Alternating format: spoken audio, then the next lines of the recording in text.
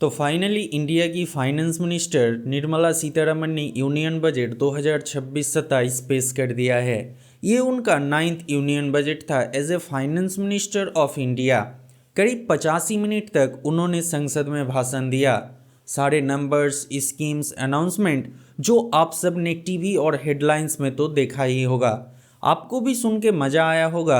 पता नहीं आज ही देश विश्व गुरु बन गया, लेकिन सच कुछ और ही है। इस पूरे बजट के बाद जो सबसे बड़ा सवाल था, जो हर मिडिल क्लास के दिमाग में घूम रहा था, वो है इस बजट में मिडिल क्लास को क्या मिला। और इसका सीधा सा जवाब है कुछ भी नहीं। ना कोई टैक्स में बड़ी रिलैक्सेशन, ना कोई ऐसी राहत जिससे मिडिल क्लास को थोड़ा सा भी सांस ले सके। और ये बात सबसे ज़्यादा चुभने वाली है, क्योंकि अगर आप डाटा देखें तो सबसे ज़्यादा टैक्स आज भी मिडिल क्लास देता है। ना अमीर ना गरीब, पूरा सिस्टम मिडिल क्लास के कंधों पर खड़ा है। तो फिर सवाल ये है, क्या बजट 2026-27 सच में मिडिल क्लास को इग्नोर करता है? इस वीडियो में हम बजट को बिल्कुल पानी की तरह साफ करके समझेंगे, बिल्कुल देसी स्टाइल में। और एंड में मैं अपना एक पर्सनल ओपिनियन भी दूंगा, सो वीडियो पूरा देखना। आओ पहले बजट को ऊपर से एक नज़र मार लेते हैं। तो सरकार ने इस बार का बजट एक्वायर किया है, मतलब सरकार कितना पैसा खर्चा करने वाली है वो है 53,47,000 करोड़ के आसपास। अगली बार ये बजट था 50,65,000 करोड़ के आसपास। तो अगली बार से ये बजट 5.6% से इंक्रीज हुआ है। अब आपके मन में ये सवाल जरूर होगा, सरकार पैसा लाती कहाँ से है? तो आओ वो भी समझा देता हूँ। मान लो सरकार की कमाई है 100 रुपये, उसमें से 21% तो सिर्फ इनकम टैक्स ही है जो मिडिल क्लास भरता है।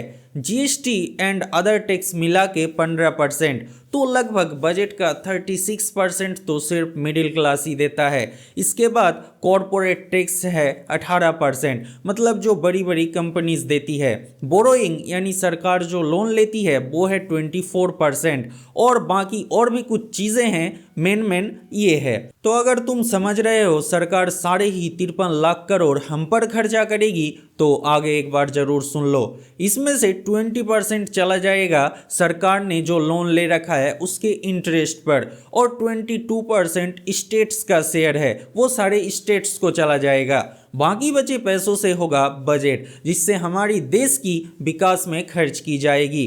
तो जैसा कि मैंने पहले ही बताया, इस बजट में टैक्स स्लैब में कोई भी चेंज नहीं है, और भी एक टैक्स बढ़ा दिया गया है, STT security transaction tax. Options में जहां पहले 0.1% टैक्स लगता था, अब वहां 0.15% टैक्स देना होगा, और फ्यूचर में भी 0.02% से इंक्रीज करके 0.05% कर दिया गया है। बाकी सब सेम है। और हाँ, इस बजट में ग्लोबल डाटा कंपनी जो क्लाउड सर्विस प्रोवाइड करती है उनके लिए 2047 तक टैक्स हॉलीडे कर दिया गया है। मतलब ये कोई भी क्लाउड सर्विस कंपनी जो इंडिया में काम करेगी उसका कोई टैक्स नहीं देना होगा 2047 तक। अब बात करते हैं सबसे बड़े सेक्टर एडुकेशन की।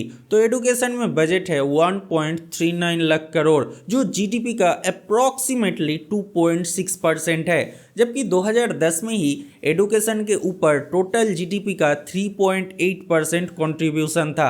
मतलब साल बाई साल एडुकेशन में स्पेंडिंग बढ़ने की बजाय कम होती जा रही है। हम लोग खुद को यूएस से कंपेयर करते हैं, पर यूएस का एडुकेशन में बजट है कुल जीडीपी का लगभग 6% के आसपास, हमारा सिर्फ 2.6%। तो फर्क खुद ही समझ लो। अब तो मुझे वही डायलॉग याद आ रहा है, अमेरिका क्या कहता था।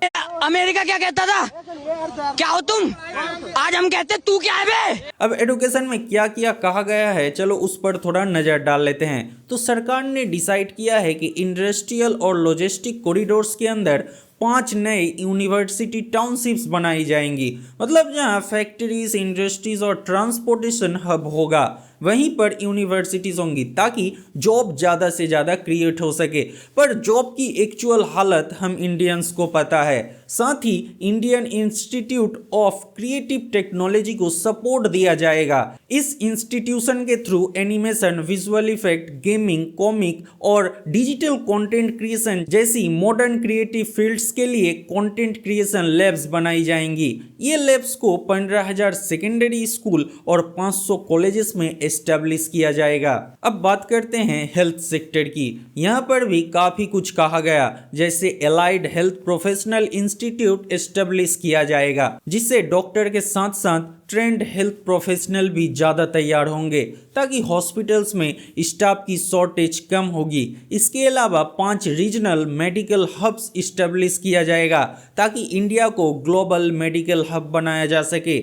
इसके अलावा 3 नए आयुर्वेदा इंस्टीट्यूट्स बनाने की बात की गई। इसमें से भी आपको सुन के मज़ा आया होगा, हेल्थ में भी कितना काम होगा, बट एक्चुअल रिपोर्ट इससे काफ़ी अलग है। हमारी लोगों को जो क्वालिटी हेल्थ केयर चाहिए वो बिल्कुल नहीं मिल पाता। आप किसी भी गवर्नमेंट हॉस्पिटल की हाल देख लो, आज की डेट में वो सही नहीं है। अगर ये सब वादे किए गए तो इसमें आम इंसान का क्या फ़ायदा? तो इसका जवाब है कुछ भी नहीं। एक रिपोर्ट के हिसाब से किसी भी देश को अपने कुल जीडीपी का 5% के आसपास हेल्थ में इन्वेस्ट करना चाहिए, और हम करते हैं सिर्फ 2%। तो क्या हेल्थ फैसिलिटीज़ मिलेगी? हमारी देश में जो पॉपुलेशन है उसके हिसाब से हमें हेल्थ और एडुकेशन पर ज़्यादा से ज़्यादा स्पेंडिंग की ज़रूरत है, लेकिन ये ग्राफ दिन बाय दिन नीचे आती जा रही है। और एक बड़ी इंपॉर्टेंट चीज़ है अफोर्डेबल हेल्थ इंश्योरेंस की कमी। इंडिया में ऑलरेडी गरीब लोगों के लिए आयुष्मान भारत प्रधानमंत्री जन आरोग्य योजना है, लेकिन मिडिल क्लास इसके अंडर में नहीं पड़ता। और जब मिडिल क्लास किसी बीमारी में पड़ता है तो उसकी सालों की सेविंग्स कुछ दिनों में खत्म हो जाती है। प्राइवेट हॉस्पिटल्स में कुछ घंटों का बिल लाखों में चला जाता है। इसीलिए भारत सरकार को मिडिल क्लास के लिए हेल्थ में भी कुछ सोचना चाहिए। अब बात करते हैं एग्रीकल्चर की, यानी इस बजट में हमारे किसानों के लिए क्या सोचा गया। तो जो कोऑपरेटिव मेंबर्स कॉटन सीड्स और केटल फीड सप्लाई करते हैं, मतलब बीज या फिर केटल का चारा वगैरह, तो उनको टैक्स थोड़ा कम देना पड़ेगा। और अगर आप डेयरी फार्मिंग करते हैं या गॉट फार्मिंग करते हैं और अगर आपने लोन ले रखा है तो उसमें आपको सब्सिडी मिलेगी और इंटरेस्ट भी कम देना पड़ेगा। और आखिर में कोकोनट प्रमोशन स्कीम लाया गया ताकि कोकोनट फार्मिंग बढ़ाया जा सके। मैं इसमें क्या ही कह सकता हूँ, आप ही लोग डिसाइड करो। जिस देश में 50 से 60% लोग एग्रीकल्चर से जुड़े हुए हैं, उस देश में किसानों के लिए ऐसा कोई बजट ही नहीं है जिससे उनको हाथों हाथ फायदा हो सके। अब बात करते हैं इंफ्रास्ट्रक्चर की तरफ। तो इसमें भी अनाउंसमेंट की कोई कमी नहीं है, लेकिन इस सेक्टर में जो भी अनाउंसमेंट होता है वो कब तक कंप्लीट होगा ये देखने वाली बात है। इंफ्रास्ट्रक्चर पर सरकार ने इस बार का स्पेंडिंग बढ़ाया है। 11.2 लाख करोड़ से बढ़ाकर 12.2 लाख करोड़ कर दिया गया है। इसका सिंपल मतलब है road, highways, railway station, bridge, metro जैसी काम और ज़्यादा तेजी से होंगी, जिससे जॉब्स भी बढ़ेगी और इकोनॉमी में भी बूस्ट आएगा। इसके साथ ईस्ट इंडिया में 5 नए टूरिज्म डेस्टिनेशन डेवलप किया जाएगा।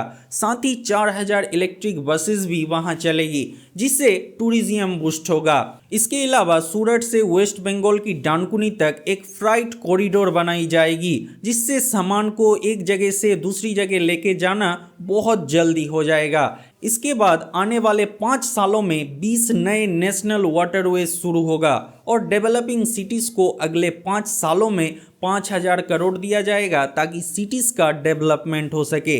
इसके अलावा 7 नए हाई स्पीड रेल कॉरिडोर्स बनाई जाएंगी, जिसमें होगा मुंबई पुणे, पुणे हैदराबाद, हैदराबाद बेंगलुरु, हैदराबाद चेन्नई, चेन्नई बेंगलुरु, दिल्ली वाराणसी और वाराणसी से सिलीगुड़ी तक। ये सब तो ठीक है, लेकिन सरकार जहां अर्बन डेवलपमेंट की बात करती है वहीं इसका बजट पिछली बार से घटा दिया गया है लगभग 12% के आसपास। तो दोस्तों ये था बजट 2026-27 का मेन चीज़ें। मैंने जो आपको शुरू में बताया कि मैं अपना एक पर्सनल ओपिनियन दूंगा, तो मैं एक ही बात कहूँगा, ये बजट किसी भी डेवलप देश का नहीं हो सकता, क्योंकि अगर आप हमारी सरकार की बात सुनोगे तो हम वर्ल्ड की 4th लार्जेस्ट इकोनॉमी है, लेकिन हम ना पढ़ाई में आगे हैं, ना हेल्थ में आगे हैं, ना कोई ऐसी सोशल चीज़ों में आगे हैं जिससे हमारा एक खुद का आइडेंटिटी बन सके। बहुत लोग मुझे गलत कह सकते हैं, लेकिन डाटा आप देख लो, हम कॉलेज बंद होता है तो जश्न मनाते हैं। तो ये थी आज की वीडियो, मिलते हैं नेक्स्ट किसी वीडियो में।